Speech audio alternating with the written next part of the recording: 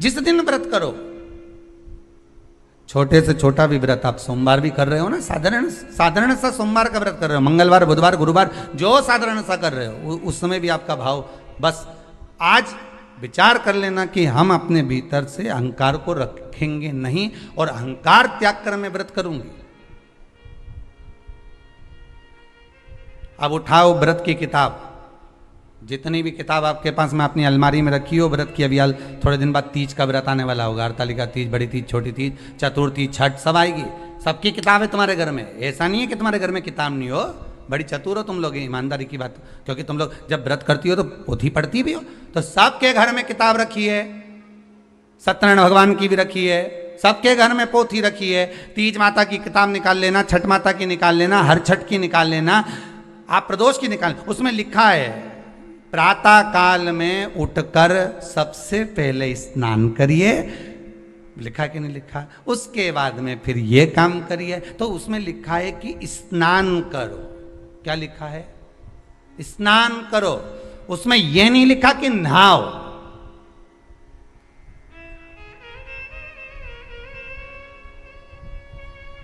उसमें नहाने का नहीं लिखा, उसमें लिखा स्नान करिए। नहाने और स्नान में अंतर है। नहाने के लिए लोग बाथरूम में जाते हैं, नहाने के लिए लोग गंगा यमुना सरस्वती सरयू आदि अन्य नदियों में जाते हैं, खूब साबुन लगाया, शैम्पू भी लगाया, खूब जोरदार फेस वॉश भी लगाया, खूब नहाए। तो इसमें किताब में जो लिखा, तुम्हारे घर में भी जो किताब उसमें पढ़ना, उसमें लिखा स्नान करिए सबसे पहले। तो स्नान और नहाने में अंतर है। नहाने का मतलब है कि बाथरूम में गए, सर्फ साबुन लगाया, नहा लिए। नहाने से केवल शरीर साफ होगा, और स्नान का मतलब होता है कि किसी सदगुरु के पास बैठकर, भगवान के सामने बैठकर, एक आसन कुसा का लगाकर उस पर बैठकर भगवान का भजन कर लेना, मतलब स्नान हो गया। या शरीर साफ नहीं करना, या मन साफ करना, आत्मा को निर्मल करना।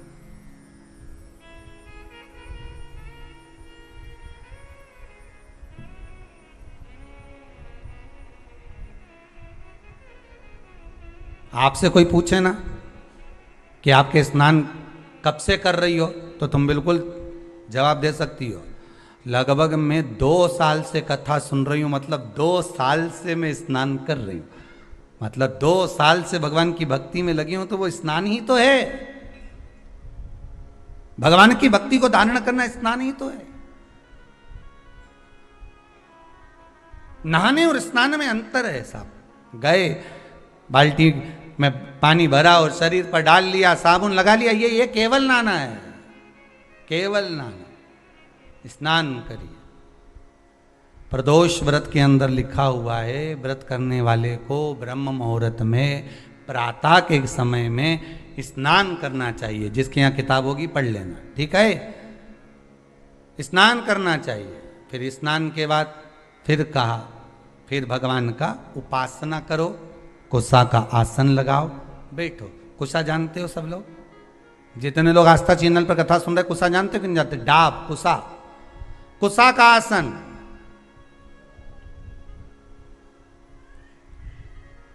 ब्राह्मण कुसा कब तोड़ता है?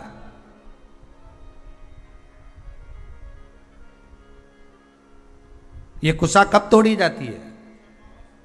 केवल अमावस्या को, केवल अमावस्या। अन्य अमावस्या पर तोड़ेगा तो 1 महीने तक चलेगा।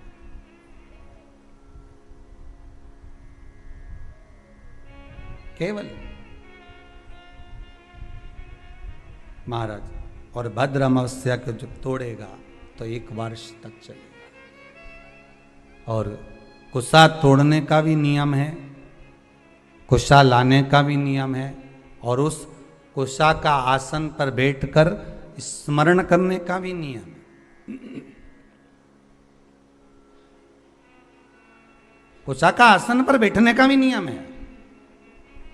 ये जो बाजार में जो कुशा के आसन मिलते हैं, आप अगर बोलकर बनवाएंगे कि हमको बिल्कुल ओरिजिनल कुशा का आसन चाहिए, हमको असली कुशा का आसन चाहिए, तो आपको प्राप्त होगा। जिनके चेहरे पर आंखों के नीचे कालापन हो जाता है, कुशा का आसन वहां भी काम आता है। कि आप थोड़ी देर, आधा घंटा, 20 मिनट, 25 मिनट जब भगवान की सेवा कर रहे हो कुसा के आसन पर बैठ जाइए। आपको किसी क्रीम की जरूरत नहीं पड़ेगी, किसी आपको पाउडर की जरूरत नहीं पड़ेगी। आप कुसा के आसन पर बैठकर भगवान का भजन करो। जितनी देर बैठ सकते हो उतनी देर कुसा के आसन पर बैठो। 4 दिन, 8 दिन, 15 दिन कर कर देखना, आंखों के नीचे से कालापन समाप्त हो जाएगा। कुसा के आसन में वो तेज बल होता है कि नेत्र की ज्योति भी बढ़ा देता है। कुसा के आसन में वो बल होता है कि आदमी के नेत्रों पर जो चश्मा चढ़ा होता है वो तक समाप्त हो जाता है। पर लोगों ने कुसा का आसन हटा हटा कर आज के जमाने में नया नया ये सब मार्केट में जोरदार जोरदार आसन आए, टंगा रे, कपड़े का आसन मिल रहा है, ऊन का आसन मिल रहा है, इसका आसन मिल रहा है, तो लोग लो मना नहीं है, पर आसन पर भी तुम कुसा का आसन लगाओ। पर कुसा के आसन पर बैठकर जो तुम अनुष्ठान करोगे, कुसा के आसन पर बैठकर जो तुम भगवान चर्चा करोगे, उसका एक बल बढ़ता है। कुसा के आसन, कुसा क्या है? जब माता जानकी जी पृथ्वी में समा रही थी, भूमि में जा रही थी, राम जी ने रोकना चाहा, रुको जानकी, रुको सीते, सीते सीते करते करते राम जी भागे, सीता को पकड़ने वाले थे। माता सीता पृथ्वी में जाने लगी, केवल उनके केश जानकी जी के थोड़े से हाथ में आ गए। बस वही केस ही कुशा है, वही केस ही कुशा है।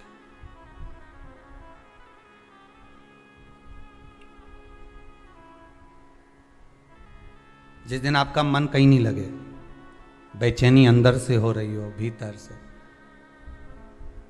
हम तो ज्यादा समय तो आपसे नहीं कहेंगे क्योंकि आप इतनी देर बैठोगे भी, सीधी सीधी बात है। हम कह भी दें कि तुम 1-2 घंटा बैठ जाओ तो नहीं बैठ सकते, तो हम तो इतना कहेंगे कि अगर आपके हृदय में बेचैनी ज़्यादा हो, मन ना लग रहा हो, आज ऐसा लग रहा है कि मुझे कुछ भी अच्छा नहीं लग रहा, आज आपको ऐसा महसूस हो रहा है कि कुछ बुरा होने वाला है, आज आपको ऐसा महसूस हो रहा है कि मेरा कोई अंग फड़क रहा है जिसके कारणवश मुझे कुछ कष्ट हो सकता है,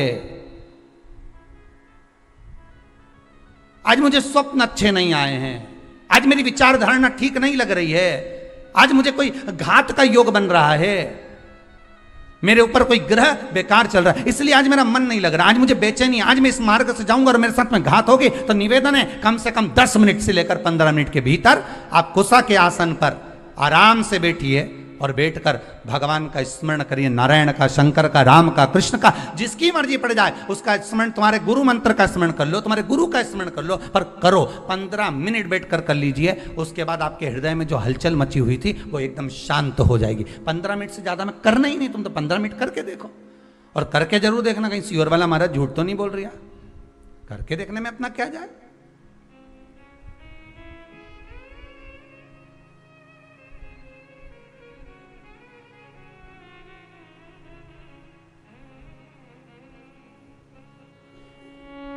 कर देखो, 15 मिनट बैठ जाए। जब हृदय हलचल हो जाए, हृदय में कहीं मन चित्त वृत्ति सब डामाडोल हो रही हो, लग रहा हो कि आज कुछ बुरा होने वाला है, बैठ जाओ कुसा के आसन पर, बैठ जाइए।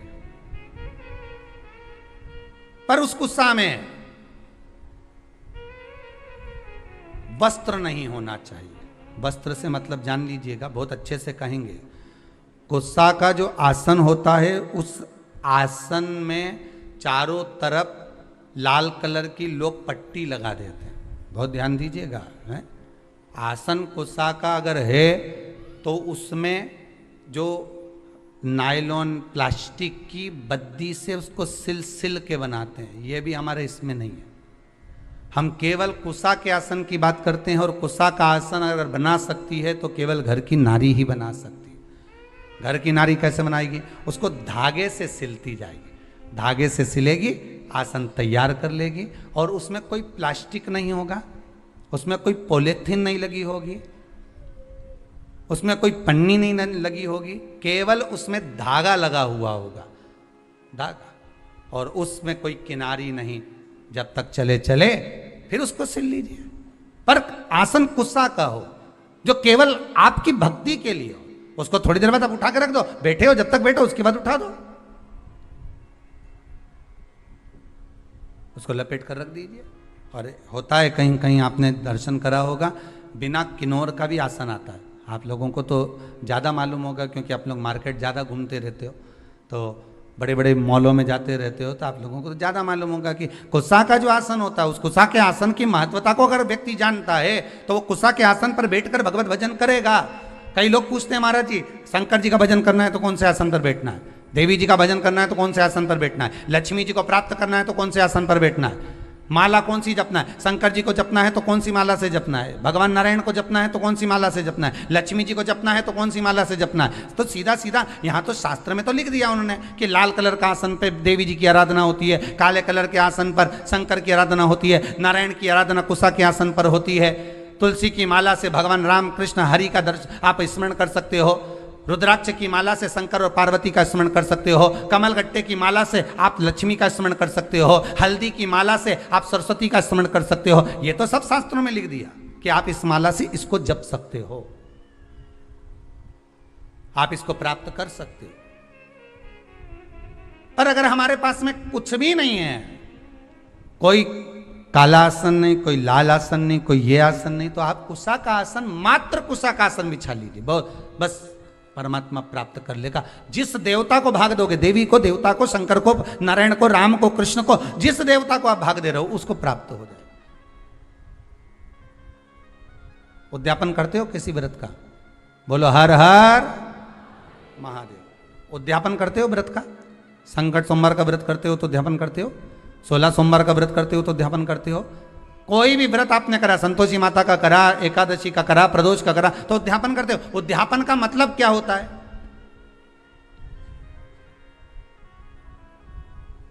जल्दी बोलते जाओ। जितने लोग आस्था चैनल पर कथा सुन रहे हैं, उद्यापन का मतलब क्या होता है? अगर आपसे कोई पूछेगा तो कहोगे कि जो व्रत करा उसका समापन करना। ठीक है, समापन करना मतलब कोई धार्मिक कार्य कर देना, हवन कर देना, पूजन कर देना, अभिषेक कर देना, मतलब उद्यापन हो गया। अभी सावन के महीने में लोगों ने अभिषेक करा तो उद्यापन करा होगा कि हमने इतने 1 महीने तक भगवान शंकर का अभिषेक करा, हमें उद्यापन करना, हवन करवा दिया, पूजन करवा दिया, हो गया उद्यापन। उद्यापन का मतलब क्या होता है? उद्यापन का महत्व क्या है? केवल कार्यक्रम जो एकादशी करी थी उसका उद्यापन कर दिया, चतुर्थी करी उसका उद्यापन कर दिया, चौथ माता का उद्यापन कर दिया, छठ माता का उद्यापन कर दिया, तीज माता का उद्यापन कर दिया, हमने ये वाली माता जी का उद्यापन। उद्यापन का मतलब है क्या? पंडित जी से पूछो तो कहेंगे उद्यापन कराना है महाराज जी, तो कहे आप ये सामान लिया उद्यापन हो जाए। उद्यापन होगा, सामान भी लाना पड़ेगा, पूजन भी होगा, हवन भी होगा, यज्ञ भी होगा, अनुष्ठान भी होगा, ब्राह्मण आएगा भी, पूजन भी कराएगा। पर उद्यापन का मतलब क्या है? उसका महत्व क्या है? पशुपतिनाथ का व्रत करो तो उद्यापन में 1 श्रीफल, 108 कोई भी दाने और 11 रुपए शंकर जी को समर्पित कर दिया, उद्यापन हो गया। उद्यापन का मतलब क्या है? हमने व्रत को पूर्ण कर दिया, इसका मतलब उद्यापन हो गया। अभी अभी ये बड़े बड़े जो तीज होते हैं ना, चतुर्थी आती है, कई माताएं उद्यापन करती है चतुर्थी का। हमारे यहाँ तो बहुत होता है, कई माताएं, महिला मंडलों इकट्ठे हो के उद्यापन करती हैं। एक महिला मंडल ये इतने उद्यापन करेगी, फिर वो 16 उनको बुलाएगी, फिर 16 उद्यापन का मतलब है क्या? अगर कोई आपसे पूछ ले, कभी अनायास आपके ही बच्चे पूछ सकते हैं, मम्मी उद्यापन का मतलब, तो क्या जो अपन ने व्रत करा उसका समापन, तो उसका समापन तो वैसे ही हो जाता है, फिर उद्यापन करने की क्या जरूरत थी?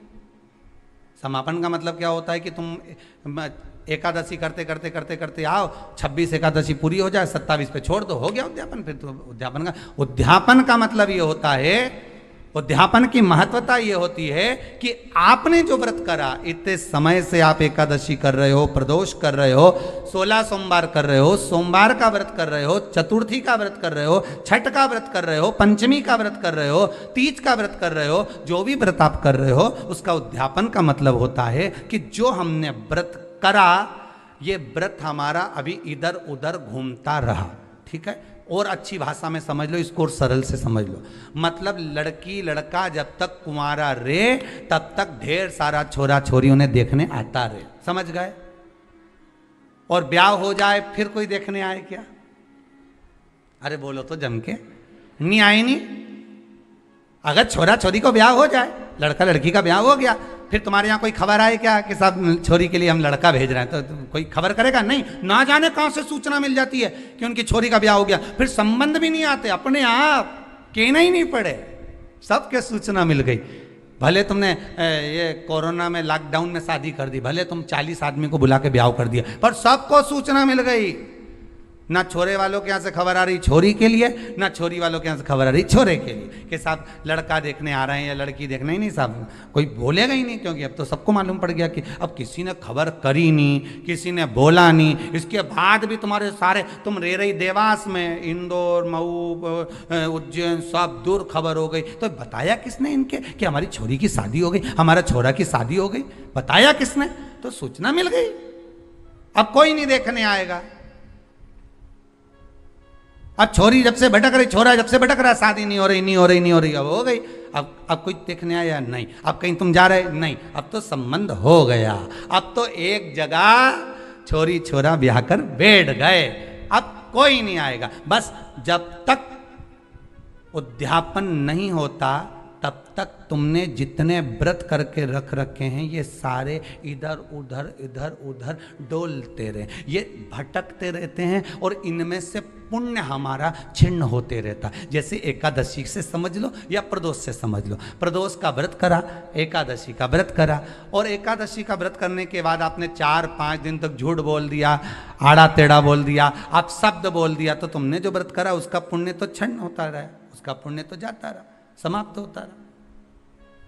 और अगर आपने उद्यापन कर दिया तो अब वो पुण्य समाप्त होगा क्या? अरे बोलो जम के नहीं।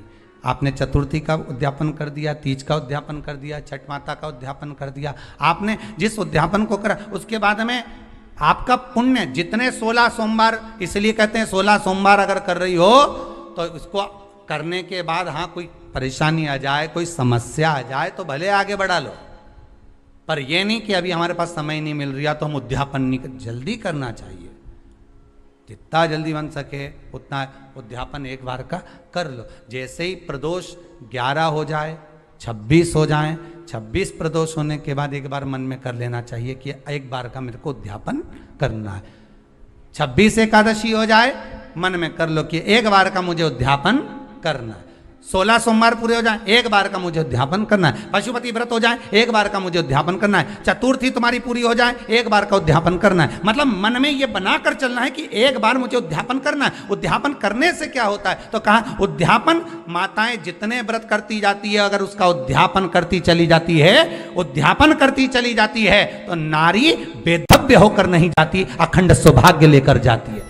पर माताओं की आदत ये हो गई है कि अभी मैं बाद में करूंगी, इस साल नहीं करूंगी, अगले साल करूंगी, अगले साल से अगले साल करूंगी, तो उसका पुण्य समाप्त छिन्न होते चले जाता है, वो पुण्य उसके खाते में नहीं जाता। एक बार पैसा बैंक में जमा हो गया तो फिर सिग्नेचर से ही निकलेगा। एक बार पुण्य करने के बाद, एकादशी करने के बाद, प्रदोष करने के बाद, चतुर्थी करने के बाद, जब तुम्हारी पूर्ण तरह से 26 एकादशी हो जाए, 26 प्रदोष हो जाए, तो एक बार व्रत का उद्यापन जरूर करो, जिससे ये 26 प्रदोष मेरे खाते में लिखी हुई पड़ी रहे। फिर मुझे जब जरूरत पड़े तो तब खाते में से निकालो और दे दो। तब तो मतलब अब तुम करे जा रही, एक बार उद्यापन नहीं करा तो भगवान भी सोचे ना जाने कब प्राण छोड़कर चली जाएगी और इसके खाते का सारा माल बहू खाएगी। सीधी बात है, जितनी छोड़कर जाओगे घर में, जो घर में छोड़कर गए हो वो तो दूसरा ही खाएगा ना, और तुम्हारे खाते का तो तुम्हारे सिग्नेचर के बगैर किसी को नहीं मिले। कई लोग तो मर के चले गए और जाने के बाद जो ये बीमा करवाया था, जो सामान पैसा इतना इधर उधर पड़ा था, वो तो उसके खाते, भैया उसके सिग्नेचर दिखाओ, उसका कागज दिखाओ, मरने का सर्टिफिकेट दिखाओ जाके कि ये मर गया है, तो फिर हम पैसा देंगे, नहीं तो काय को दे। यहाँ तो कागज चाहिए, सील ठप्पा चाहिए। भगवान भी कहेगा नीचे तूने एकादशी तो खूब करी, नीचे तूने प्रदोष तो खूब करा, चतुर्थी भी करी, तीज भी करी, छठ भी करी, सारे व्रत तूने करे, सोमवार मंगल बुध गुरु शुक्र शनि सारे करे, उद्यापन कौन से का करा? अब उद्यापन करने के बाद जो तू 26 कर आया, 11 कर आया, उसका खाते में तेरे पड़ा हुआ है। जब तू जाएगी तेरे खाते में लिखा हुआ मिलेगा कि मैंने 26 प्रदोष करी थी, तो उसका पुण्य मेरे सामने आए। और तूने ताली बजाई जैसे राजा महाराजा ताली नहीं बजाए, ने दासी दौड़ के आ जाए, बस तू वहां जाके ऐसी ताली 3 बार बजा देना, हर हर महादेव के ने प्रदोष सामने, ने एकादशी सामने, वो सामने। और फिर वो प्रदोष माता फिर प्रदोष पूछेगी, भगवान शंकर के गण पूछेंगे, तुमने ताली बजाई, हुजूर बोलिए क्या बात है। बस ये मेरे को नरक ले जा रहे हैं, 94 तरह का नरक में डालने की बात कर रहे हैं मेरे को। मैं कौन समझ जा, बस मेरे को नरक में डालने की बात कर रहे हैं। अब बोलो। तो प्रदोष तुरंत सामने आके खड़ी हो गई, क्या बात करते हो साहब, इनने 11 प्रदोष का व्रत करा है, इनने 26 प्रदोष करी, तो कि करी तो खूब सारी, पर इसने उद्यापन एक का भी नहीं करा, तो भले नहीं करा पर व्रत तो कि सील रजिस्ट्री होगी प्लाट पे तो मकान बनाने में दिक्कत नहीं आएगी। कब्जे की जगह पे अगर मकान बना होगा तो कभी भी सरकार खाली करा दे, तो सील लगवाओ, उद्यापन की ठप्पा लगना चाहिए कि हमने इतना हमारा खाते का है। यहाँ तो लोग भागवत जी कराते हैं तो भी उद्यापन करते हैं, बोलो होता कि नहीं होता? 7 दिन की भागवत के बाद हवन होता है, बोलो तो होता है नहीं? शिव महापुराण के उद्यापन में शिव पुराण पूरी होती है तो अभिषेक होता है, रोज भी होता है और आखिरी दिन बड़ा अभिषेक हो जाता है। उद्यापन तो है। भागवत पूरी होए तो लोग भंडारा करें, शिव पुराण पूरी हो तो भी लोग प्रसाद पावे। तो ये एक उद्यापन का महत्व हर जगह कि इसका पुण्य इनके खाते में जाना चाहिए, उनके खाते में पहुंचना।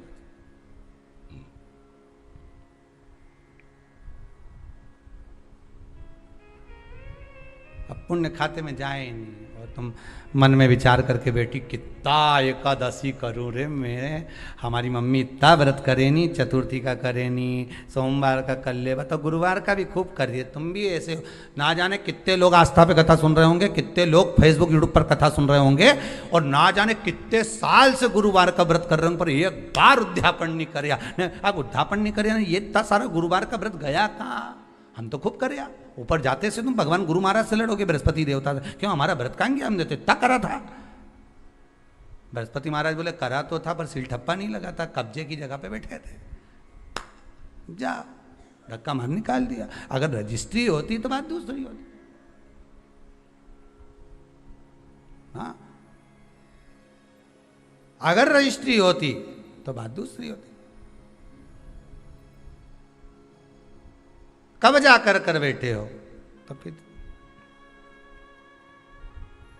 नहीं हो सकता।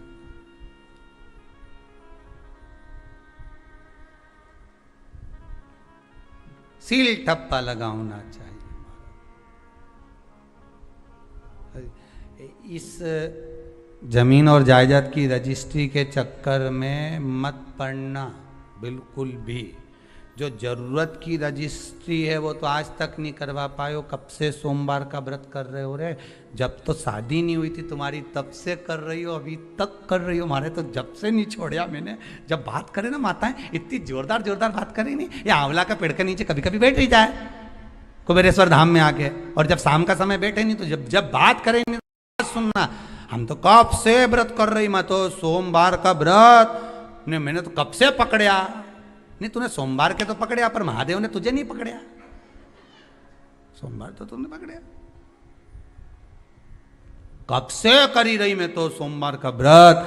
हमारी तो शादी नहीं हुई थी जब से कर रही, और हमारा मामा जी का छोरा करवा के गया था जब से कर रही, और जो व्रत कर रही आज तक कर रही।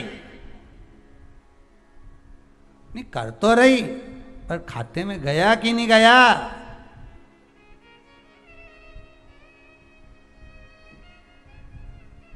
चेक तो करो कि तुमने जो विठले सेवा समिति को जो दक्षिणा दान दी है, मंदिर के लिए, गौशाला के लिए, वृद्धाश्रम के लिए, भोजन भंडारे के लिए तुमने अमाउंट डलवाया है, वो सही जगह पहुंचा कि नहीं पहुंचा? पहले पूछो तो फोन लगा के ऑफिस में, क्यों महाराज जी आ गया कि नहीं आया? तब वो चेक करे तो फिर मैसेज करे तुम्हारे पास में कि हाँ पहुंच गया, रसीद आ गई, हाँ पहुंच गया, तो बात। अब मालूम पड़े तुमने डाल दिया और तुमने सोमवार का व्रत कर लिया और वो खाते में ही नहीं जुड़िया, तो मतलब क्या हुआ उसका? उसका थोड़ा तो फल तुम्हारे खाते में जाए रही। जीजियों कितनी मेहनत से करो रही तुम लोग, ईमानदारी की बात बताओ, कितनी मेहनत कर। ये भाई लोग शनिवार का व्रत कितनी मेहनत से करें, इनसे भूखा नहीं रिवाज तो भी दुकान पे निकाल निकाल के मूंगफली का दाना खा जाए, पर व्रत तो करे। भले वो किराना की दुकान में सामान निकाल के खा जाए, पर व्रत तो करे। मखाना निकाल ले, कभी बादाम निकाल ले। और लोग ग्राहक भी पूछे, आज सेठ जी क्या भूख ज्यादा लग रही? नहीं, आज हमारा व्रत है। काहे का? शनिवार का। अच्छा, इतना में तो ग्राहक भी बोल जाए तुम्हें व्रत की क्या जरूरत है, तुम शनि से कम हो क्या? तो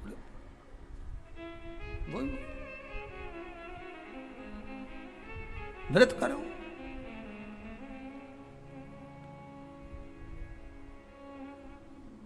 कहाँ से लाऊं चंदा, कहाँ से लाऊं सूरज,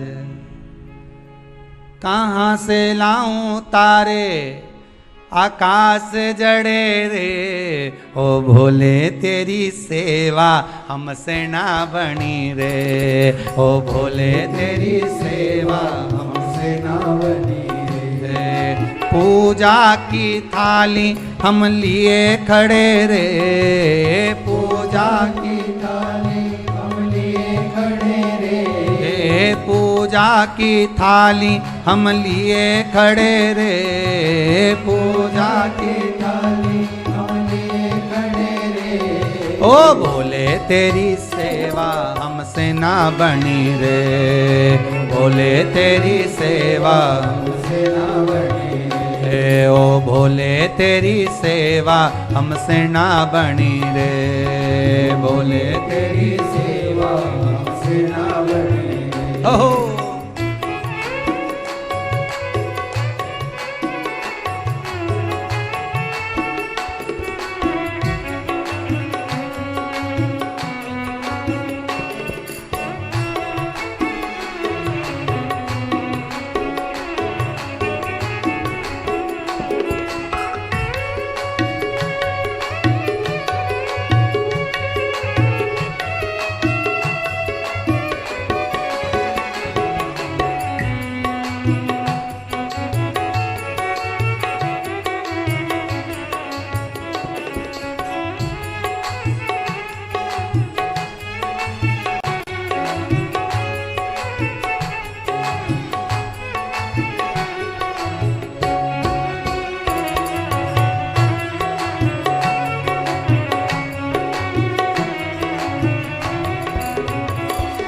कहाँ से लाऊं लड्डू, कहाँ से लाऊं पेड़ा, कहाँ से लाऊं लड्डू, कहाँ से लाऊं पेड़ा, कहाँ से लाऊं लड्डू, कहाँ से लाऊं पेड़ा, कहाँ से लाऊं लड्डू, कहाँ से लाऊं पेड़ा, कहाँ से लाऊं बर्फी वो शक्कर चढ़ी रे, कहाँ से लाऊं बर्फी वो शक्कर चढ़ी रे।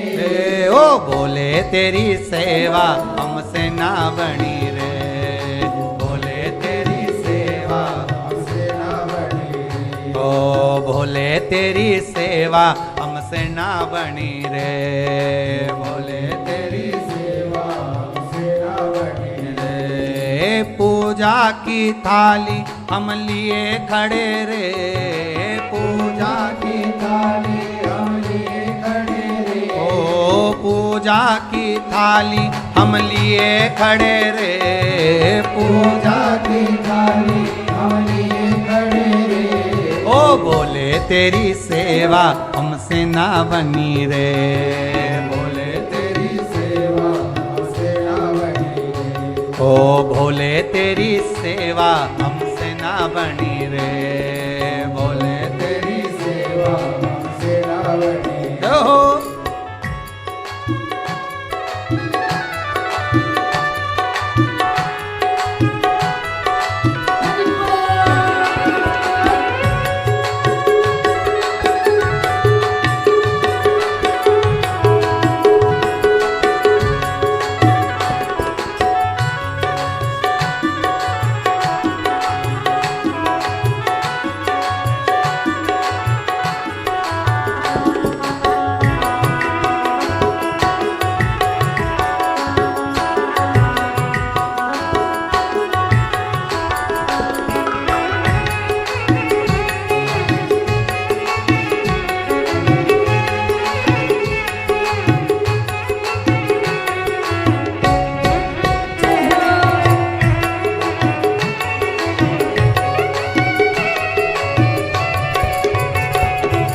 कहाँ से लाऊं गंगा, कहाँ से लाऊं यमुना, कहाँ से लाऊं गंगा, कहाँ से लाऊं यमुना, कहाँ से लाऊं गंगा, कहाँ से लाऊं यमुना, कहाँ से लाऊं गंगा, कहाँ से लाऊं यमुना, कहाँ से लाऊं सरयू अपार पड़ी रे, कहाँ से लाऊं सरयू अपार पड़ी रे, कहाँ से लाऊं सरयू अपार पड़ी रे, कहाँ से लाऊं सरयू अपार पड़ी रे। ओ बोले तेरी सेवा हमसे ना बनी रे, बोले तेरी सेवा हमसे ना बनी रे, बोले तेरी सेवा हमसे ना बनी रे, बोले तेरी सेवा हमसे ना बनी रे। पूजा की थाली हम लिए खड़े रे, पूजा की थाली हम लिए खड़े रे, ओ पूजा की थाली हम लिए खड़े रे, पूजा की थाली हम लिए खड़े रे। ओ बोले तेरी सेवा हमसे ना बनी रे, बोले तेरी सेवा हमसे ना बनी रे, ओ भोले तेरी सेवा हमसे ना बनी रे, भोले तेरी सेवा हमसे ना बनी रे, ओ भोले तेरी सेवा हमसे ना बनी रे, भोले तेरी सेवा हमसे ना बनी रे, ओ भोले तेरी सेवा हमसे ना बनी रे, भोले तेरी सेवा हमसे ना बनी। हर हर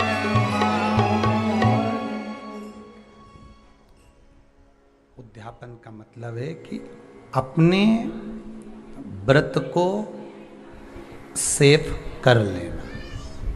समझ में आया सबको? अपने व्रत को, जिस व्रत को आप कर रहे हो उसको अपने खाते में लिखवा लेना, अपने खाते में उसको जोड़ लेना। घर में पैसा तो बहुत है, धन वैभव बहुत है, तुम्हारे खाते में कितना? मूल चीज वो आती है कि तुमने भजन किया कितना, तुमने स्मरण कितना किया, जो करा सब कुछ करा, सबके लिए करा। आपने एकादशी का व्रत करा, प्रदोष का व्रत करा, आपने सोमवार का व्रत करा, सारे व्रत आपने जो करे वो करे, परंतु आपके खाते में कितने लिखेगा वो देखा जाता।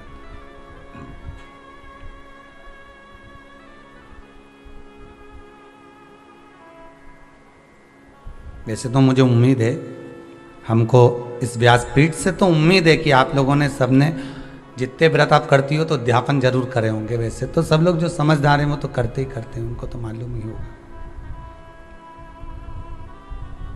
पर अगर रह गए हो, नहीं कर रहे हो, तो प्रयास करिएगा। जो भी आप व्रत 26 व्रत कोई से भी आपके जैसे पूरे अधिक मास के हर महीने के जब व्रत पूर्ण हो जाएं तो प्रयास करा करो कि हम जो है रिटर्न बढ़ा, प्रयास करा करो कि हम व्रत का उद्यापन अवश्य करें।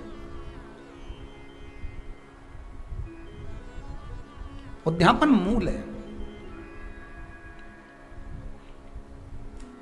व्रत की एक एक बात को हमको समझना है, व्रत की एक एक चरित्र को हमको ध्यान करना है। प्रदोष की कथा में लिखा है, त्रयोदशी व्रत की कथा में लिखा है, प्रदोष की व्रत की कथा में लिखा है कि सुबह ब्रह्म मुहूर्त में उठो, स्नान करो। ठीक है, केवल प्रदोष से मतलब नहीं है। एकादशी का अगर व्रत कर रहे हो तो उसमें भी वर्णन है, ब्रह्म मुहूर्त में उठो, स्नान करो। ठीक है। दूसरा, आसन लगाओ स्नान करने के बाद, काय का अभी बताया था, जम के बोलो कुसा का। 5 चीजों के लिए कुसा का आसन सर्वश्रेष्ठ है। 5 बीमारियों के लिए, 5 रोगों के लिए कुसा का आसन सर्वश्रेष्ठ। पहला, नेत्र के लिए, पहला, नेत्र की बीमारियों के लिए कुशाकासन श्रेष्ठ है। एक प्रयास और करिएगा, जिस समय पर किसी की आंखें आ जाएं, आंखें आना मालूम है ना, आंखें आना का मतलब ये नहीं होता कि 2 की जगह और 4 आ जाएंगे, है? नहीं तो तुम कह दो कि गुरुजी बोले हैं कि आंखें आ जाए तो और अलग से एक्स्ट्रा आएगी हो। नहीं तो दुनिया के लोग बड़े जरा समझदार ज़्यादा है ना, तो उनको जरा एक एक चीज़ समझ लेना चाहिए बिल्कुल हो। नहीं तो तुम वही फिर वही वाली बात आ जाएगी, अभी फिर काली मिर्ची, फिर वही बात आ जाएगी।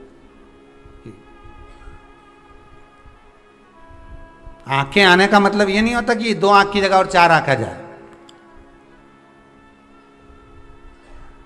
आंखें आने का मतलब होता है कि नैनों में एक रोग हो जाता है जिसमें उसको कीचड़ आने लगता है नेत्रों में और जाले बनने लगते हैं, उसको कहते हैं नेत्र आना, आंखें आना। ठीक है, सारी दवाई आप करा लो, डॉक्टर को दिखा लो, सब कुछ कर लो, एक प्रयास करना नेत्र के लिए कि कुशा का आसन हो, उस आसन पर बैठकर अपने दोनों पंजे जब आसन पर रखा जाए और आप आराम से बैठ जाएं, प्रयास जहां तक हो कि कुशा के आसन पर कपड़े से ज़्यादा स्पर्श होने की जगह पर अपने शरीर का भाग स्पर्श हो, पंजे ज़्यादा स्पर्श हो, और वहां बैठकर आप भगवान की भक्ति को आधा घंटा रोज प्रतिदिन करिए।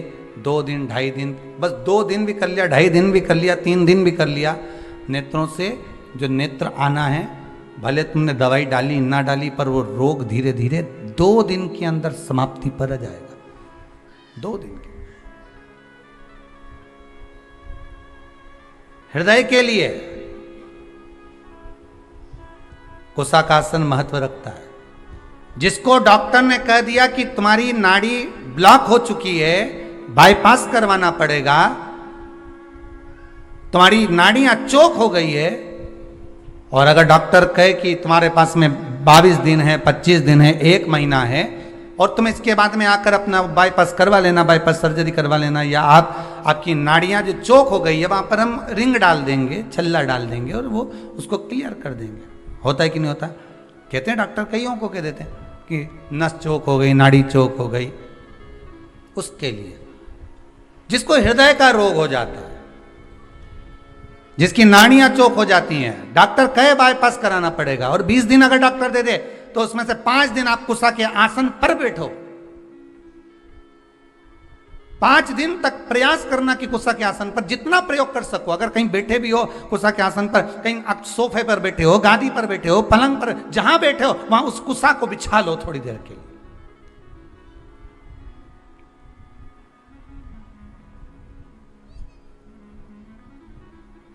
उस कुशा के आसन को आप बिछा लीजिए जहां बैठो।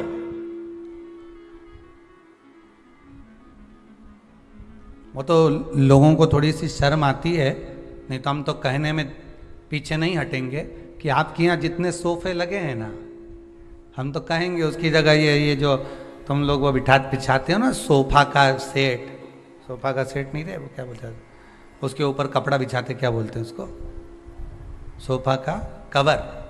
हम तो कहें उसकी जगह, वो तो आप लोगों को थोड़ी शर्म आती, नहीं तो हम तो कहेंगे कि उस पर है ना कुशा का आसन बिछा के रख दो, तो बेचारा जो आएगा उसकी भी आंखों की रोशनी बढ़ जाएगी, उसके भी बेचारे की कहीं नाड़ी माड़ी चोक होगी तो क्लियर हो जाएगी। थोड़ा बहुत तो दवाई तुम भी कर सकते हो शंकर जी का नाम लेकर, पर दिक्कत है नहीं तो फैशन में फिर वही खजूर वाली चोटियाँ, अब फैशन ही नहीं दिखे तो फिर इतना जोरदार जोरदार मार्केट में क्या जोरदार जोरदार सोफा का कवर आवे, कितना जोरदार जोरदार सामान आवे, अब तुम उसको देखें कि इसको बिछा। अब सीवर वाला महाराज के कहने में चले तो आसन बिछा दे, तो मतलब लोग क्या कहेंगे बताओ, क्या कहेंगे? आसन, कुशा का आसन तो लोग फैशन में हटा दिए, नहीं तो अब तो पहले लोग पूजन करने बैठते थे तो कुशा का आसन लगाते थे, आजकल तो कपड़े का आसन, ऊन वाला आसन, ये सब जोरदार जोरदार गद्दे वाले आसन, कढ़ाई वाला आसन, जब जाए कहीं से दुकान पे से ऐसा ऐसा आसन लाए कि उसको बिछा दिया। अब फैशन में बिछे, दूल्हा दुल्हन के नीचे पहले कुशा का आसन बिछा के शादी फेरे पड़ा। अब आज के ज़माने में तो इतनी बड़ी कुर्सी रहे उनकी भी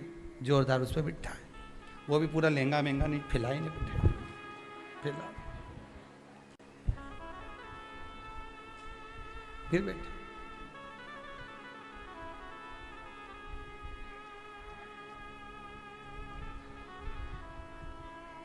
कुसा का आसन।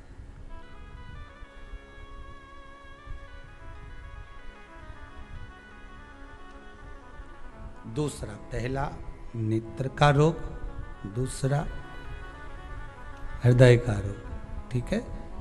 तीसरा शरीर की चर्म रोग, चमड़ी का रोग। जब चमड़ी कहीं से कालेपन पर आ गई, कहीं झुर्रियाँ पड़ने लगी, चेहरे के नीचे, नेत्र के नीचे थोड़ा सा कालापन अगर आ गया, तो फिर कुसा के आसन का प्रयोग करिए। कुसा के आसन पर बैठना प्रारंभ करिए। तीसरा है चर्म। चौथा, कुसा के आसन के लिए उदर से जुड़ी हुई जितनी भी परेशानियां होती हैं, आपको उदर से जुड़ी हुई जितनी भी परेशानियां हो, प्रयास करिए कि आप पूजन कुसा के आसन पर बैठकर करेंगे तो आपके उदर से जुड़ी हुई जितनी भी परेशानियां हैं, भोजन नहीं पचना, एसिडिटी होना, आदि आप कर कर देखिए। कुसा के आसन पर बैठ कर देखिए, आपको उसमें आनंद की अनुभूति हो जाए, सुख मिले।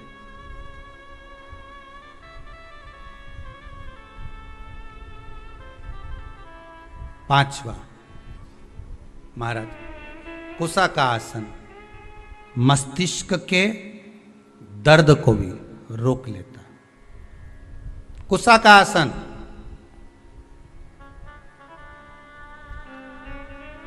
ज्यादा जब मस्तिष्क में दर्द हो, कुसा का आसन तुम्हारे घर में हो, उस पर पांव रखकर 7 मिनट, 8 मिनट, 10 मिनट खड़े हो जाओ, भगवान का नाम जाप करो। जो मंत्र आपको आता हो, जिस मंत्र से आप जुड़े हो, जिस मंत्र को आप जप सकते हो, ओम नमः शिवाय, श्री शिवाय नमस्तुभ्यम, ओम, जो राम कृष्ण शिव जो तुम जप सकते हो वो मंत्र जपो, वो मंत्र का स्मरण आप करो और उस मंत्र को आप जपो खड़े रहकर।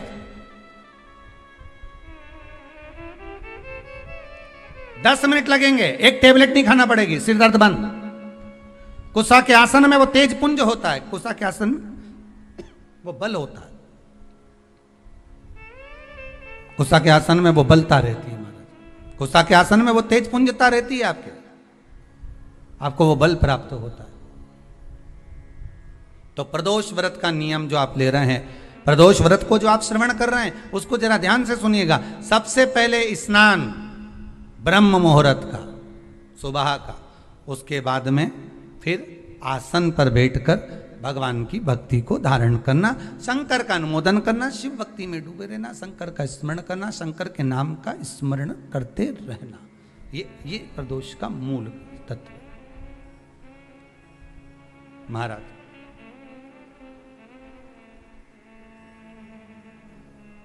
प्रदोष व्रत करने वाले को भोजन नहीं करना चाहिए, ध्यान दीजिएगा। फलाहार करो, उसमें भी नमक का सेवन मत करो।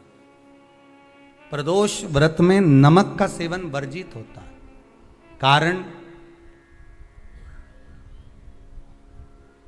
क्या कारण होता है? उसका एक कारण माना गया, नमक की वर्जितता। जिस समय पर एक नगर में एक ब्राह्मणी रहती थी, बहुत भाव से सुनिएगा, प्रदोष व्रत नमक को त्यागने का भाव। प्रदोष व्रत की किताब में भी मिल जाएगा आपको, आप पढ़ेंगे तो सुना होगा आपने। एक ब्राह्मणी रहती थी एक नगर में, उसका पति नहीं था, छोटा सा बालक एक साथ में रहता, छोटा सा बालक। अब ब्राह्मण के घर की धर्म पत्नी है,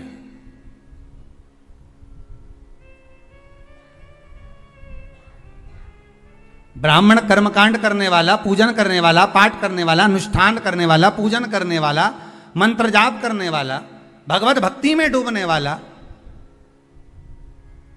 ब्राह्मण तो चले गया, ब्राह्मणी बच्चे के साथ रह रही, क्या करे वो, अकेली निवास कर रही है।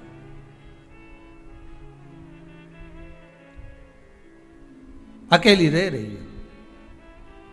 और ब्राह्मणी बच्चे के साथ भ्रमण करती रहती, घूमती।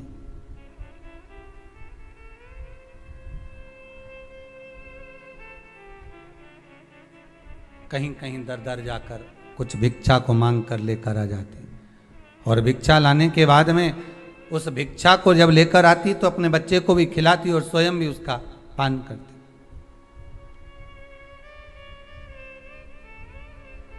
एक दिन ब्राह्मणी भ्रमण करते करते प्रदोष काल के समय पर शिव मंदिर में प्रवेश करी।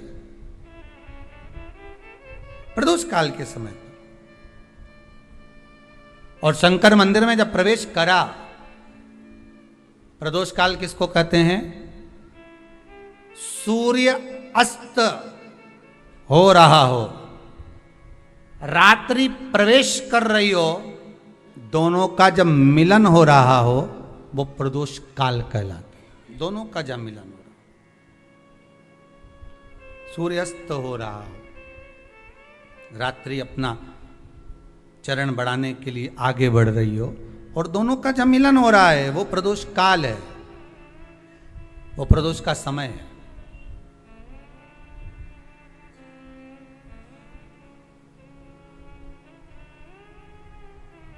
ब्राह्मणी मंदिर में प्रवेश कर रही, जब ब्राह्मणी मंदिर में प्रवेश करी, मंदिर के अंदर पहुंची, प्रदोष काल का समय था, प्रदोष का समय चल रहा था, और प्रदोष काल के उस समय में, प्रदोष काल के उस समय में जब ब्राह्मणी ने देखा कि कोई भगवान की भक्ति में लगा हुआ है, भगवान के रस तत्व में डूबा हुआ है, आज ब्राह्मणी के पास में कुछ पदार्थ नहीं है, अपने बच्चे का पेट भरने के लिए कोई सामग्री नहीं है, और कुछ आस लेके वो प्रवेश करिए, कुछ आस लेकर वो अंदर प्रवेश कर जाती है।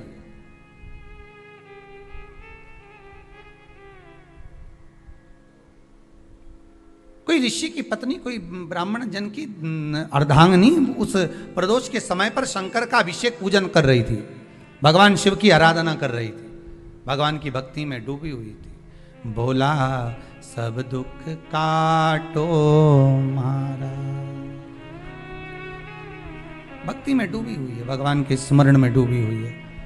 भोला सब दुख काटो मारा, शिव शंकर जपो तेरी माला, भोले बाबा जपो तेरी माला, भोला सब दुख काटो मारा।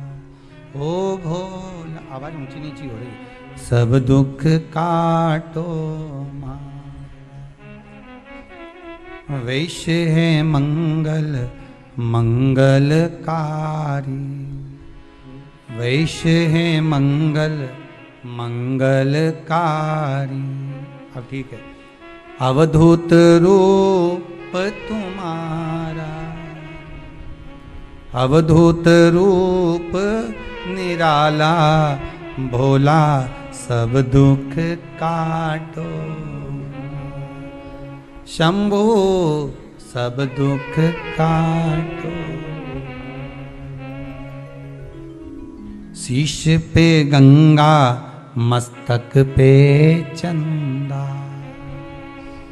शीश पे गंगा मस्तक पे चंदा, अवधूत रूप निराला,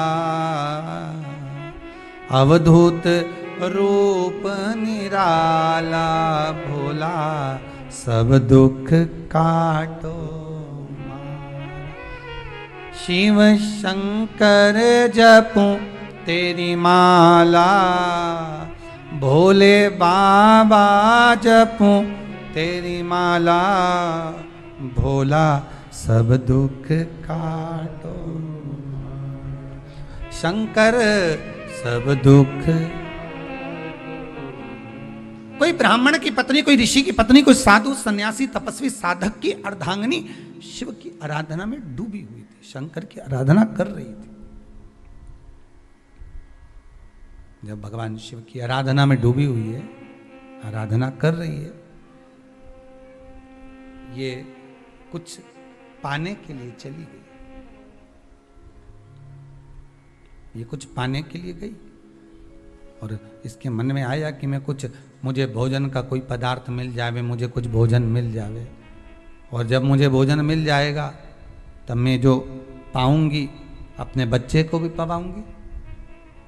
पर जिस मंदिर में वो प्रवेश करी थी, जहां पर नारी पूजन कर रही थी शंकर की प्रदोष काल में, वहां पर पड़ी हुई कुछ वस्तु को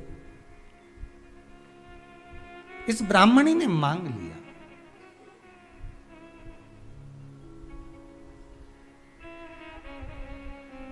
मेरे बालक को बहुत भूख लगी है, मेरा बच्चा बड़ा भूखा है, इसके भोजन के लिए थोड़ी सी सामग्री दे दीजिए, इसके भोजन के लिए थोड़ा सा कुछ रसतत्व दे दीजिए। उसने उठाया थोड़ा सा पदार्थ, कुछ जो उसके पास में था वो दिया। जब दिया तो देने के बाद जब उसे प्राप्त हुआ और होने के बाद में जब वो मिल गया उसको, तो उसने उस समय पर उस पदार्थ को जैसे ही मुख में लिया, लेते ही कहा इसमें तो स्वाद नहीं है।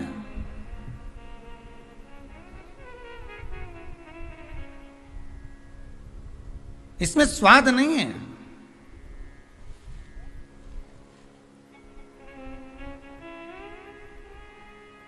उस ब्राह्मणी ने बड़ा सुंदर एक संवाद कहा।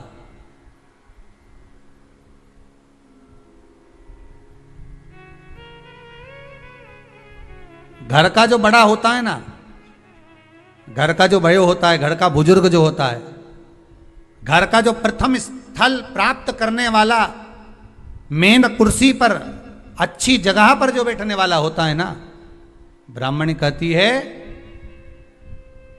वो कभी किसी वस्तु में ऐब नहीं देखता, मिनक नहीं निकालता।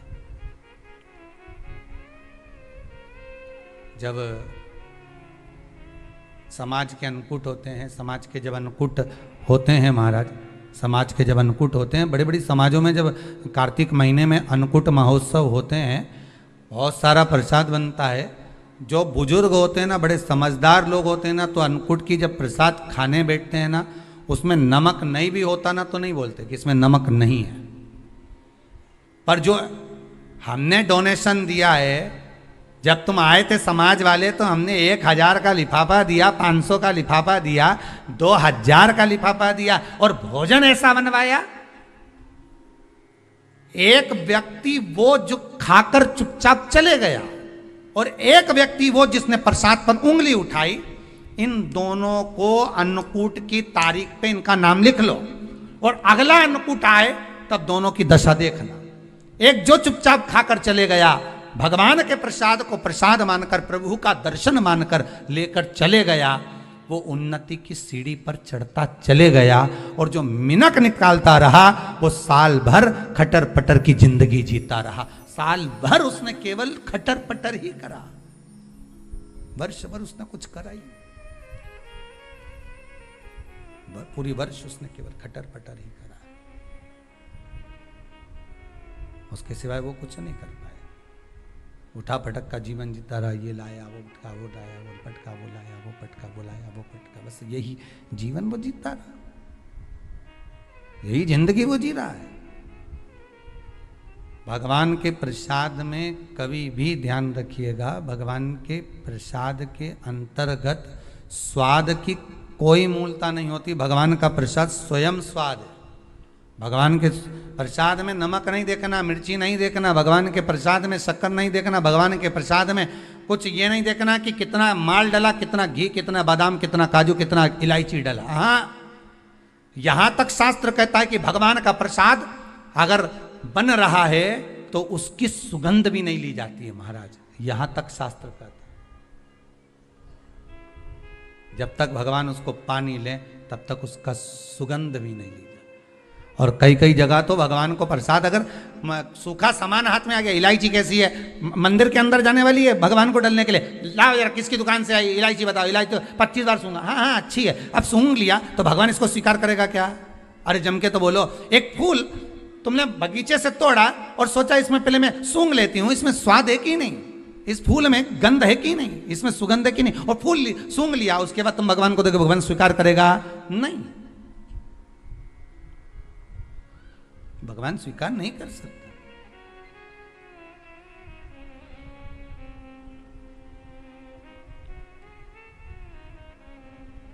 धनिया पाउडर आया सब्जी में डालने के लिए, कैसी गंध है, सूंघ लिया, तुम डाल दिया, वो उसका कोई स्वाद नहीं है, उसका कोई महत्व नहीं, भगवान उसको स्वीकार नहीं कर सकता, भगवान उसको स्वीकारेगा नहीं।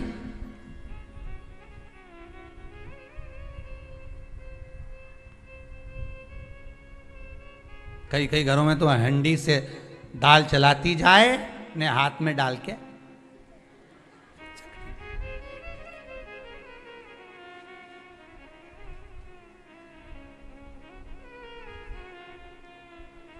यहाँ कभी आप लोग, अभी तो लॉकडाउन चल रहा है, अभी तो खेल लॉकडाउन है, तो यहाँ आने की परमिशन नहीं है आप लोगों को भी, किसी को भी, आप तो घर बैठ के कथा का आनंद लो। पर कभी आप लोग कभी कुबेरेश्वर धाम आएंगे ना, तो यहाँ पर एक चीज़ का, जैसे जो 21-21 हज़ार रुपये जिन्होंने जमा करे हैं और आजीवन भोजन भंडारे के जो सदस्य बने हैं, जिनकी तरफ से रोज़ भोजन चलता रहता है, तो आप कभी यहाँ आकर आश्रम पर जब कभी थोड़ा सा कुछ प्रसाद मिल गया, भले खिचड़ी मिली, चाहे जरा सी सब्जी भाजी मिली, जो भी मिला आपको, रोटी सब्जी पूड़ी आदि जो मिला, उसको जब आप खाएंगे ना, तो यहाँ भोजन बनने के बाद भगवान को जब भोग लग जाता है, उसके बाद ही उसको चखा जाए। यहाँ चखने का कोई क्रम नहीं, यहाँ तो बना आया और बांटा गया, खाओ प्रसाद पाओ, बस यहाँ तो एक ही क्रम है कि उस प्रसाद को पा लीजिए। उसमें कोई स्वाद नहीं देखा गया, उसमें कोई स्वाद की, यहाँ तो भगवान की दृष्टि का स्वाद होना चाहिए, उनकी अधरामृत का स्वाद होना चाहिए, उनके अधरामृत। महाराज ब्राह्मणी ने जैसी मुख में लिया थूक दिया, ये श्रेष्ठ नहीं है। जो ऋषि की पत्नी अंदर पूजन कर रही थी प्रदोष काल में, उसने कह दिया, आपका चेहरा बता रहा है कि आप ब्राह्मण की धर्म पत्नी हो,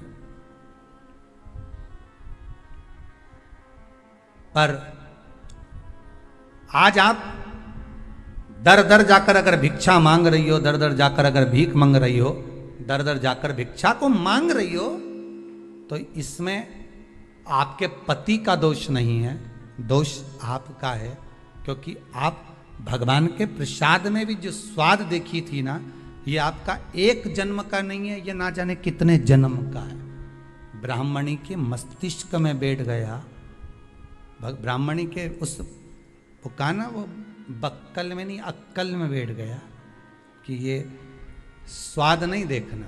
इसलिए प्रदोष व्रत के अंतर्गत ब्राह्मणी ने उस दिन से विचार कर लिया कि जैसे आप पूजन कर रही हो, जैसे आप अर्चना कर रही हो, जैसे आप आराधना कर रही हो, ऐसी आराधना, ऐसी पूजन, ऐसी भक्ति मैं भी करूंगी, ऐसी आराधना मैं भी करूंगी। अब मैं स्वाद नहीं देखूंगी। तो प्रदोष व्रत करने वाले को ध्यान रखना चाहिए कि नमक का सेवन ना करे, नमक को ना पाए, भोजन ना करे, फलाहार करिए, फल का आहार करिए, प्रयास करिए। और यदि आपने व्रत का ले लिया भोजन का कि हम तो एक टाइम फलाहार करेंगे, एक टाइम भोजन करेंगे, ऐसा भी कई लोग प्रदोष ले लेते हैं, तो वो बात आपकी है, आप तक रखो, ठीक है, अपने मन तक, ठीक है, बाबा आपकी मनोकामना पूर्ण करे, वो भी भाव रखो। शाम का समय हो, ब्राह्मणी रोज प्रतिदिन शंकर जी के मंदिर में शाम के समय पर जैसे ही प्रदोष आता और शिव जी के मंदिर में चली जाती। अब उसने प्रदोष का व्रत करना प्रारंभ कर दिया, शंकर की उपासना प्रदोष काल में करना प्रारंभ कर दी। समय आया, ये ब्राह्मणी अपने बच्चे को लेकर जा रही थी, मात्र 4 प्रदोष ही निकले थे, केवल 4 प्रदोष निकले थे। ब्राह्मणी लेकर जा रही थी अपने बच्चे को, सामने एक कोई बालक भूख से विलकता हुआ सामने आकर खड़ा हो गया। उसने भी अन्न का भाग मांगा। मुझे भूख लगी है, मेरे उदर में कुछ अन्न का भाग नहीं है, आप मुझे अन्न का भाग दे दीजिए, मुझे थोड़ा सा भोजन दे दीजिए। वो बिलकता हुआ बालक इसके चरणों में आकर पड़ गया। माता माता माता कहकर अन्न मांगने लगा। आप मुझे कुछ दे दीजिए।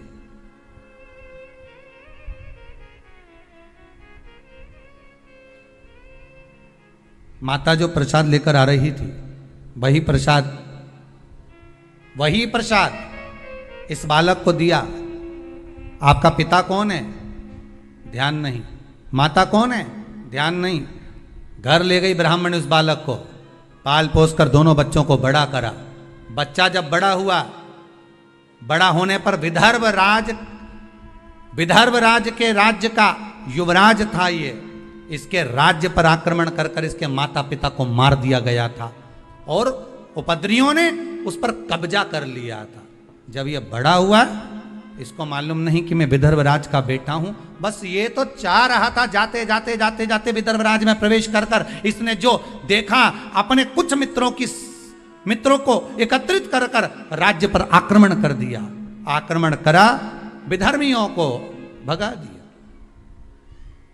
खुद राजा बनकर बैठ गया। जब ये बालक राजा बनकर बैठा तो ब्राह्मणी का जो पुत्र था उसको मंत्री बना लिया। पर इसको समझ नहीं आया, मेरा इतना बड़ा राज्य सब चले गया था, मुझे ये तक नहीं मालूम था कि मैं एक युवराज हूं, मैं एक नगर का राजा का पुत्र हूं, मुझे कुछ भी नहीं मालूम था। फिर आखिर मुझे ये सब कुछ वापस कैसे प्राप्त हो गया, ये समझ में नहीं आया कि इतना वैभव, इतना धन, इतनी दौलत, इतनी संपदा मुझे कैसे मिल गई, कारण क्या है, उसके पाने का मुझे क्या कैसे मिला है, ये कैसे प्राप्त हुआ है मुझे।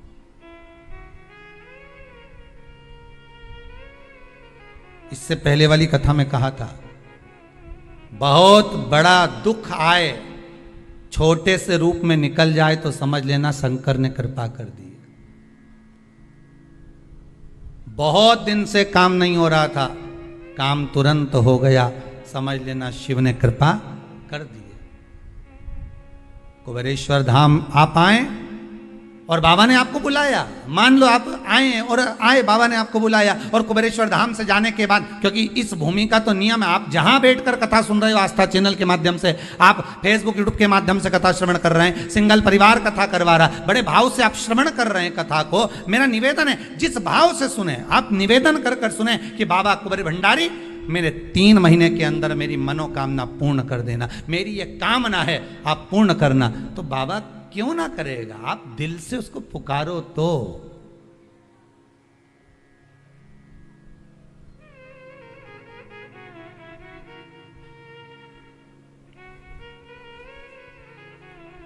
आप दिल से उसको पुकारो, क्यों नहीं आएगा।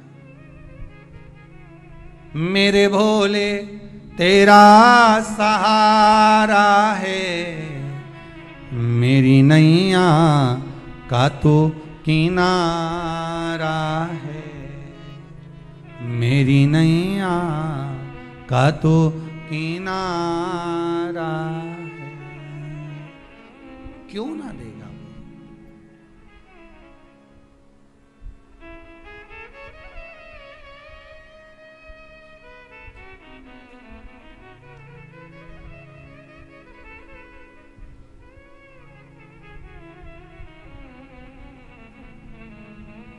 महाराज, एकादशी की मृत्यु, द्वादशी को दाग, ध्यान दीजिएगा, त्रयोदशी की खारी, जो ये राख जो समेटी जाती है, कोई समेटने जाए ना जाए, तीसरा त्रयोदशी पर अगर पड़ भी गया तो महाराज उसकी राख समेटने की जरूरत नहीं पड़ती, शंकर उसकी भस्म अपने तन पर अपने आप रपट लेता है, अपने आप। त्रयोदशी मतलब प्रदोष, प्रदोष के दिन भगवान शिव उस भस्म को अपने तन पर धारण कर लेता है, जो मिल जाए शमशान में बस। शिव उसको अपने तन पर, अपने शरीर पर धारण कर रहा है। शिव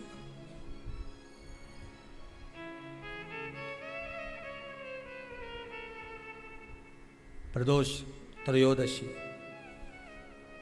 महाराज ब्राह्मणी, उस राजकुमार के मन में प्रश्न उठ गया, उस ब्राह्मण के, उस राजकुमार के मन में प्रश्न उठा कि मुझे वापिस कैसे मिला। गया, जिस माता ने पाल पोस कर बड़ा करा था उसके पास पहुंचा, माता जी के पास में जाकर कहा, माँ ये तो बताओ कि मुझे ये वापिस कैसे मिल गया, मैं नहीं जानता था, कुछ भी नहीं जानता था, ये मिला कैसे, कैसे प्राप्त हुआ है। ब्राह्मणी ने कहा मुझे नहीं मालूम, पर इतना जरूर हो सकता है कि हो सकता है कि तुम्हारा पूर्व समय का कोई पुण्य प्रबल हुआ होगा, उससे मिला होगा, हो सकता है। किसी ऋषिवर के चरणों में, गुरु के चरणों में जाकर बैठा, गुरुदेव से निवेदन करा कि ये मुझे मिला कैसे, ये वापिस मुझे कैसे प्राप्त हो गया। अरे भगवान को धन्यवाद दो कभी कभी कि तूने अच्छे घर में पैदा किया, अच्छा परिवार दिया, अच्छा पति दिया, अच्छी पत्नी दी, अच्छे बच्चे दिए, अच्छा कुटुंब दिया, घर दिया, दुकान दी, जमीन जायदाद दी, शरीर अच्छा दिया, हाथ पैर आंख नाक मुंह सब बढ़िया दिया, एक के भी निपटा के नहीं भेजा तूने।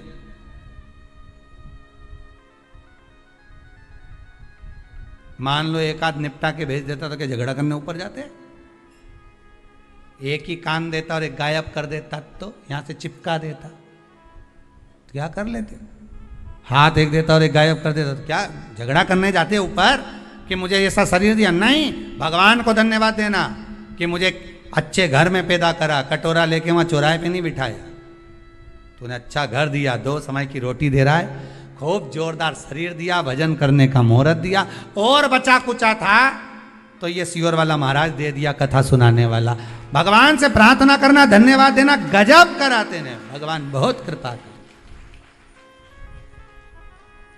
आधा समय हमारा सोने में निकलता था, अब जब से तूने कृपा कर दी, भाई लोग कहते हैं, कई लोग कहते हैं कि सियोर वाला महाराज बावला है, कहते हैं तो पगला है, बावला है।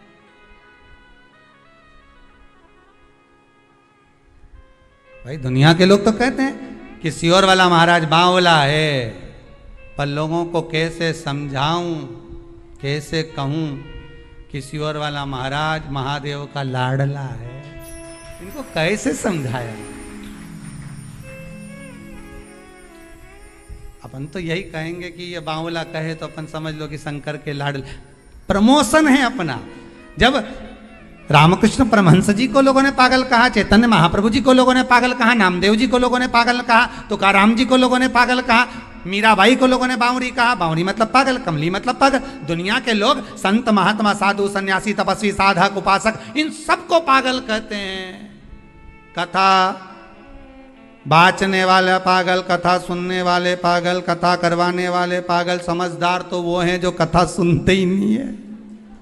वो सारे समझदार जो कथा नहीं सुने, मंदिर नहीं जाए, देवालय नहीं जाए, भजन में नहीं जाए, दान पुण्य नहीं करे, स्मरण नहीं करे, वो सब समझदार। और अपन सब पागल। पागल मतलब प्रमोशन, समझदारी मतलब डिमोशन। मीरा भई रे बावरी, बावरी कितना लोगों ने गाया, अपने पिया की मीरा बनी रे जोगनिया, हंसी उड़ावे सारी सारी दुनिया, मीरा बनी रे जोगनिया। लोग पागल।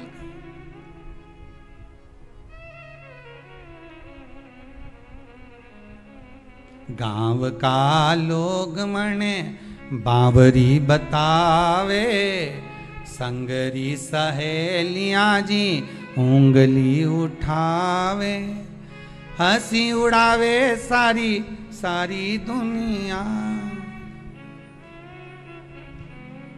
हंसी उड़ावे सारी सारी दुनिया, मीरा बनी रे जोगनिया।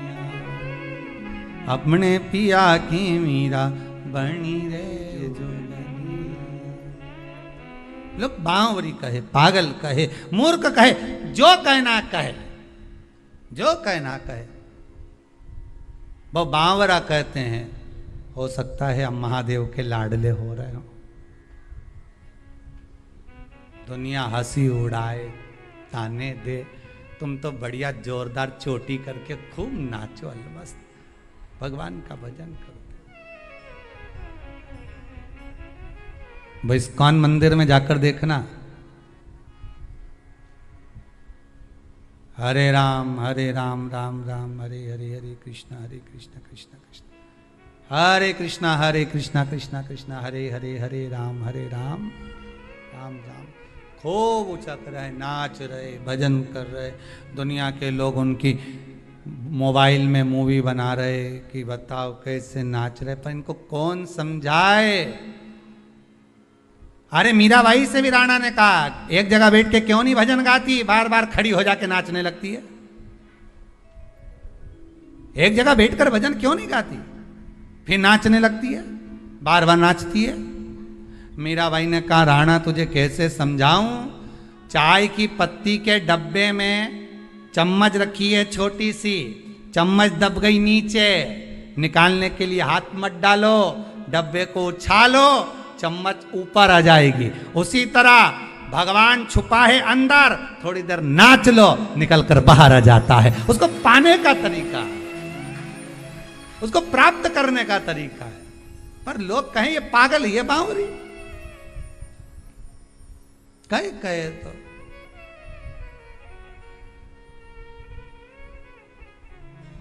लोग पागल कहे।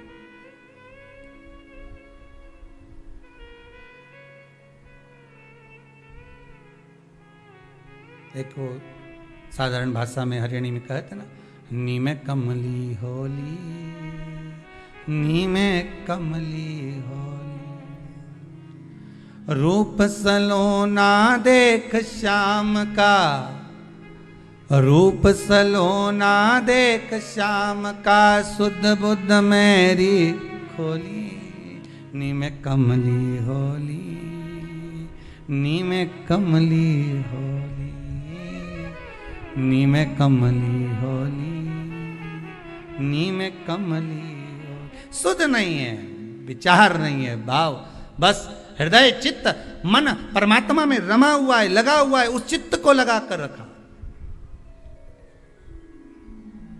शाम का समय मालूम नहीं कहां से प्राप्त हो गया। भगवान को धन्यवाद दो, तूने दिया, खूब दिया, तेरी कृपा है जो आज बैठकर मैं भगवान की कथा सुन रही हूं, भगवत भजन कर, ये तेरी कृपा है। और भगवान ने कृपा करी। फिर दिन भर का जो समय निकला, उस ब्राह्मणी से बच्चे ने जब पूछा तो उसने कहा मैं क्या करूं और अच्छा करने के लिए, तो ब्राह्मणी के मुख से निकल गया, प्रदोष का व्रत कर ले, प्रदोष काल में जाकर भगवान शंकर की आराधना कर, शिव मंदिर में जाकर अर्चना कर, प्रदोष काल में जाकर शंकर को नमन कर। अगर प्रदोष का व्रत नहीं भी करता तो प्रदोष काल में जाकर शंकर के मंदिर में एक घृत का घी का दिया लगा दे। आपको पहले भी कहा है, तुम्हारी भगवान से अगर बैर है, भगवान के मंदिर नहीं भी जाना चाहते तो भगवान की चौखट पे ही दिया लगा दो, पर लगाओ। शाम के समय पर प्रदोष काल में बेलपत्री के पेड़ के नीचे, चाहे शंकर के मंदिर के दरवाजे पर या शिव मंदिर में, अगर आप प्रदोष के दिन दिया लगाते हो, सोमवार के दिन दिया लगाते हो, तो ऐसा कोई व्यक्ति नहीं जिसको मेरे देव अधिदेव महादेव मेरा विश्वनाथ भंडार नहीं भरता हो, खाली नहीं छोड़ेगा, दे देगा, भंडार भर देगा। कमी तो नहीं रख सकता, ये पक्का। पर तुम करना ही नहीं चाह, 2-4 सोमवार करो और उसके बाद के तो महाराज जी हमने तो करा था, हमको तो मिला ही नहीं। 2-1 प्रदोष करा तुमने, अरे 1 साल करो, सारे दरबदर भी तो अपन ठोकर खा कर आए, इतना साल निकाला अपन ने, और 6 महीना 3 महीना 4 महीना भगवान से निवेदन तो करो, दिल से कहो तो सही, नी भंडार भरे तो बात दूसरी, एक बार बोलो तो। पर जगत के लोगों के सामने जाकर मत कहना, कहना तो देव अधिदेव महादेव से कहना। अब वो राजकुमार ने फिर व्रत करा, और व्रत करा तो उसका फल ये हुआ कि एक गंधर्वों की कन्या अंशुमति इस राजकुमार को देखकर लोभित हो गई। पिताजी ने समझाया, विवाह मत कर बेटी, अपन गंधर्व लोक में निवास करने वाले और देवलोक में रहने वाले से तू विवाह कर रही है, कहां जाएगी? देवलोक में रहने वाले इस मृत्यु लोक में निवास करने वाले से विवाह कर रही। नहीं पिताजी, मैं गंधर्व लोक छोड़ दूंगी, देवलोक छोड़ दूंगी, पर मैं विवाह उसी से करूं। पिताजी ने कहा, जो तेरा भाग्य। विवाह हो गया, राजकुमारी भी आ गई।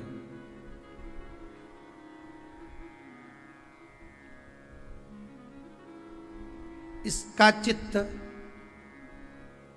राजा में था, राजा का चित्त देवाधिदेव, जम के बोलो, महादेव में था। बहुत बहुत ध्यान रखिएगा इस कथा को। आज प्रदोष व्रत जो आपको सुनाया जा रहा है, इसको बहुत सावधानी से सुनना।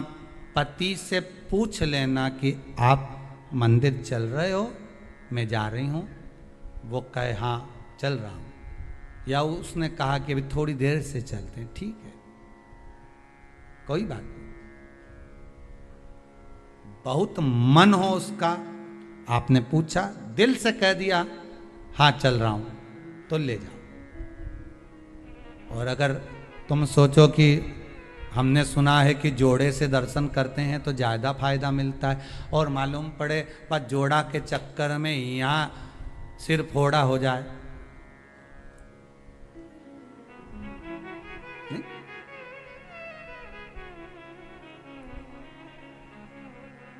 हो सकता है जोड़े के चक्कर में सिर फोड़ा हो जाए। नहीं जाना ना, मैंने एक बार मना कर दिया। कैसे नहीं जाओगे, चलो मेरे साथ। लड़ाई झगड़ा करके ले गई, मंदिर में पहुंच भी गई। इसका मन महादेव में, किसका मन लगेगा? अरे बोलो तो सही, जो पत्नी लेके गई है उसका मन, पत्नी लेके गई, इसका पत्नी का मन महादेव में लगेगा क्या? ईमानदारी से बोलना नहीं, क्योंकि उसका भगोने जैसा जब मुंडा देखेगी तो बार बार अगरबत्ती भी लगे।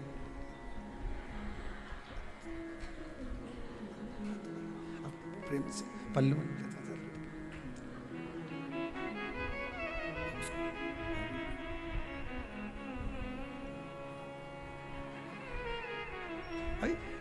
इसका मन महादेव में नहीं, अगरबत्ती जरूर लगा रही, दिया जरूर लगा रही, पर इसका मन वो भगोना में है, वो उसमें वह भेरू में लगा हुआ है।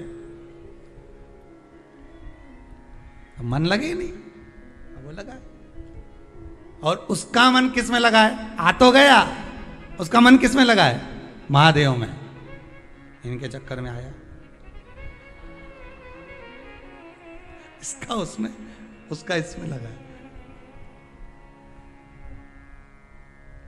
कौन से महाराज ने बताया था इसको प्रदोष का व्रत? शंकर जी से पूछ रहा, और शंकर जी बोल रहे सीवर वाला बताया। आकर बोल दे, मान लो। ये सबसे पहला टिकट यहीं का कटाएगा। कहाँ जाना था? सीवर जाना, कुबेरेश्वर महादेव, वहीं मिलेगा वो। अभी ढेर सारे ढूंढ रहे होंगे काली मिर्ची वाले महाराज। अब रे का, अरे भाई शंकर की उपासना करो, भगवत भजन का रस तत्व ग्रहण करो, जीवन में उतारो शंकर की चरित्र को, शिव महापुराण के उस पावन चरित्र। इसका चित्त देवाधिदेव महादेव में लग गया, मन हो। अब यहां ये अंशुमति शिव जी को रिझाने में इसका तत्व नहीं, इसका तत्व है पति को रिझाने में, और पति का तत्व है शंकर को रिझाने में।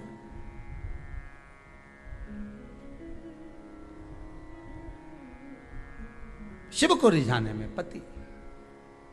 आज अंशुमति को साथ लेकर शिव मंदिर में पहुंच गए। पत्नी ने पूछा, अंशुमति ने पूछा, स्वामी क्या, ये बताओ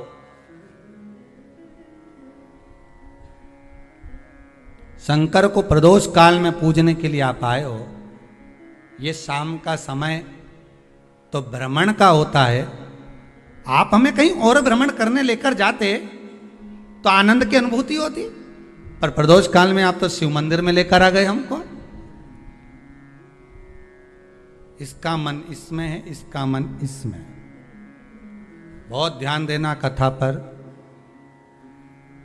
जिसका मन जहां लगा हो उसको वहीं छोड़ दो जी। आपका मन शंकर में लगा है तो शंकर में लगा कर रखो, उनका मन घर में लगा है तो उनको घर में ही लगा के रखो, ठीक है। आपका मन शिव में नहीं है ना, क्यों? उसका कारण है, हम इसको अगर वहाँ से निकालेंगे, इसका मन तो उसमें लगा हुआ है, और उधर से निकाल कर अगर हम इधर जोड़ेंगे तो इसको जोड़ तो देंगे, पर ये मन से जो कछोटेगा, मन से भगवान का नहीं हो पाएगा। परमात्मा, गुरु और माता पिता ये एक ही बात कहते हैं कि भले तुम 2 क्षण के लिए मिलो, पर दिल से मिलो, हृदय से मिलो, मन से मिलो। 2 क्षण के लिए आओ भले, पर दिल से आइए, मन से आइए। 2 क्षण के लिए आओ, पर मन से, दिल से, हृदय से। अब अंशुमति का मन नहीं लगा। आखिरी में पति ने कहा, आज आपको हमारे साथ में प्रदोष की पूजन के लिए चलना है। कहीं किसी ऋषि के मुख से सुन लिया अंशुमति ने कि प्रदोष का पूजन करने से मनवांछित फल की प्राप्ति होती है, और इसकी मनवांछित फल प्राप्ति क्या थी कि जिसके साथ मेरा विवाह हुआ है, ये पति मुझसे अधिक प्रेम करे और मैं इससे अधिक प्रेम करूं। तो उसने उसको पाने के लिए प्रदोष का जब व्रत किया, साधना करी, उपासना करी, शंकर भगवान स्वतः प्रसन्न हो गए। प्रसन्न होकर उस ब्राह्मण के बालक, उस राजकुमार को देखा, और राजकुमार को देखकर कहा, राजकुमार, ये आपको अधिक स्नेह करती है और आप हमें स्नेह करते हो, अर्थात इसकी करी हुई भक्ति का फल हमें आपके द्वारा प्राप्त हो जाता है। इसलिए आप इससे ये ना कहें कि हमारी भक्ति करे।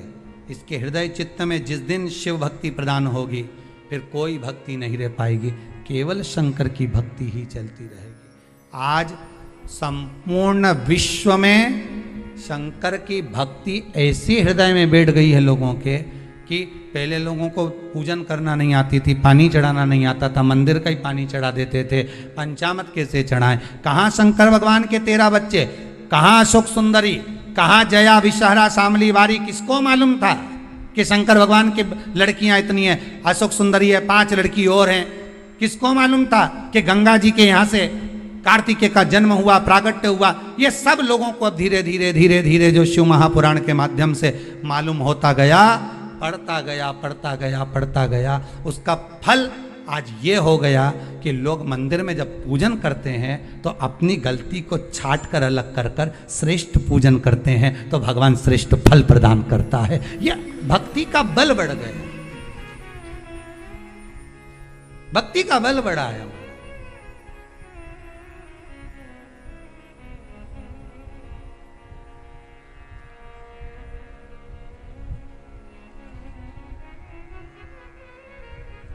पूजन करें प्रदोष काल में, शिव की आराधना करें।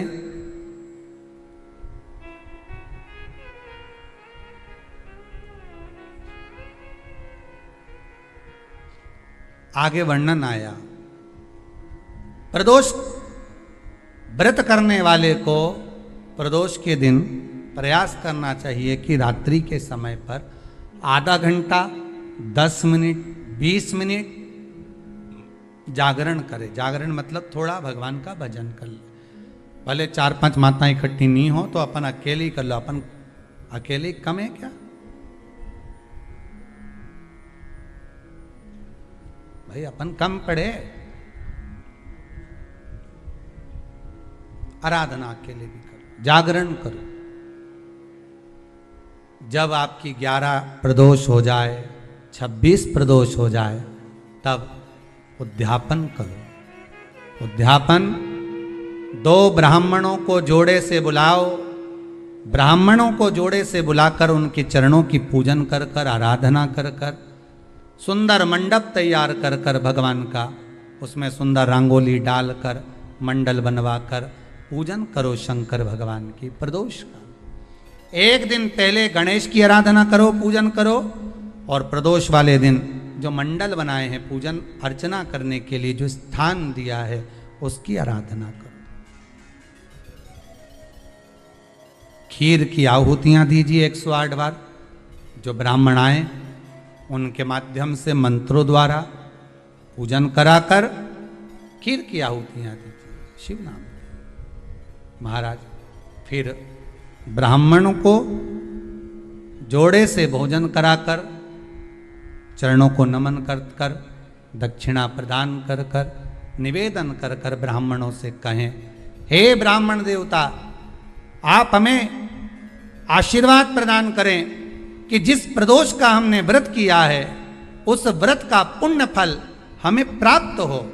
ऐसा ब्राह्मण चरण को नमन कर कर, प्रणाम कर कर उनसे अपने मस्तक पर अक्षत छुड़वाएं। फिर नमन कर कर, भोजन कराकर विदा करें। शाम को भगवान का जागरण करें। ऐसे प्रदोष व्रत का उद्यापन कर अपने जीवन को सार्थक बनाएं। ऐसा सुंदर प्रदोष व्रत का व्याख्यान वर्णन स्कंद पुराण में करा गया। वही स्कंद पुराण का प्रदोष व्रत का वर्णन आपको शिव महापुराण के इस सुंदर संवाद में किया गया।